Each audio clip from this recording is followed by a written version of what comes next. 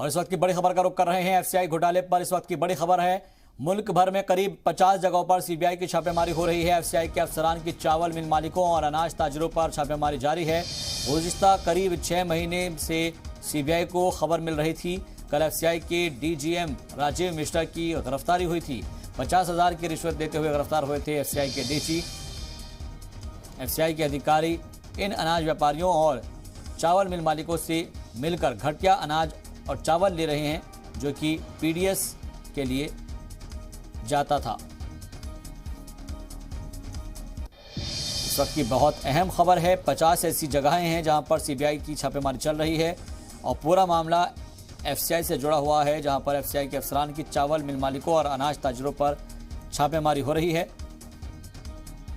क्योंकि पिछले 6 महीने से सीबीआई को मुसलसल इस बात की इत्तला मिल रही थी, खबर मिल रही थी कि यहां पर जो अनाज व्यापारी और चावल मिल मालिक के साथ मिलकर ये जो अधिकारी हैं, ये घटिया अनाज और चावल ले रहे हैं और ये पूरा जो अनाज और चावल था वो पीडीएस के लिए था। लेकिन इसी बीच जब खबर पुख्ता होती है तो फौरन इसके ऊपर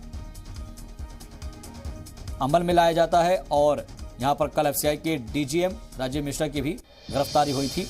50,000 की रिश्वत देते हुए गिरफ्तार हुए थे एफसीआई के डीजी। एफसीआई के घोटाले पर इस वक्त की बड़ी खबर आप तक पहुंचा रहे हैं। मुल्क भर में करीब 50 जगहों पर सीबीआई की छापेमारी जारी है।